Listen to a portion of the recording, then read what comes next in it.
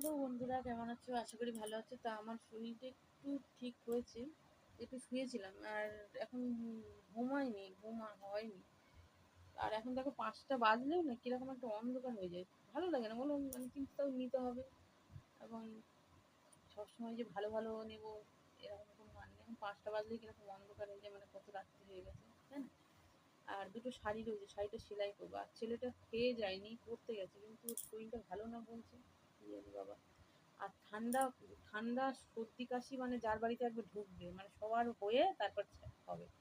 তা খানিক মানে আমার ছেলের মনে হচ্ছে ঠান্ডা লেগেছে, যার জন্য ও খেতে চাইছে না। খেয়েছে, অল্প খেয়েছে। তো এখন পড়তে গেল, তা আমি বললাম, "কিরে খেলি না?" তা আর সবথেকে বড় কথা জানো, মাছ খেতে চায় না। কি ছেলে হয়েছে কে জানে, মাছ খেতে চায় না।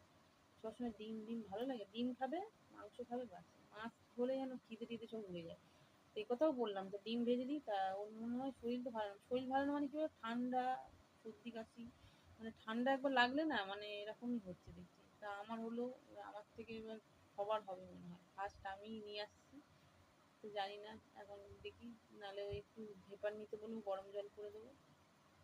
তো চলো, দুটো সেলাই আছে, সেলাইটা কমপ্লিট করে দিতে পারলে যেন বাঁচি। আর যার শাড়ি সে নেবে বলে জানো তো আগে থেকে টাকাও দিয়ে দিয়েছে, তাড়াতাড়ি করে দিয়ে দিতে, আর দুখানাই আছে। তো চলো টাটা, কাজ সেলাইটা করে নিই।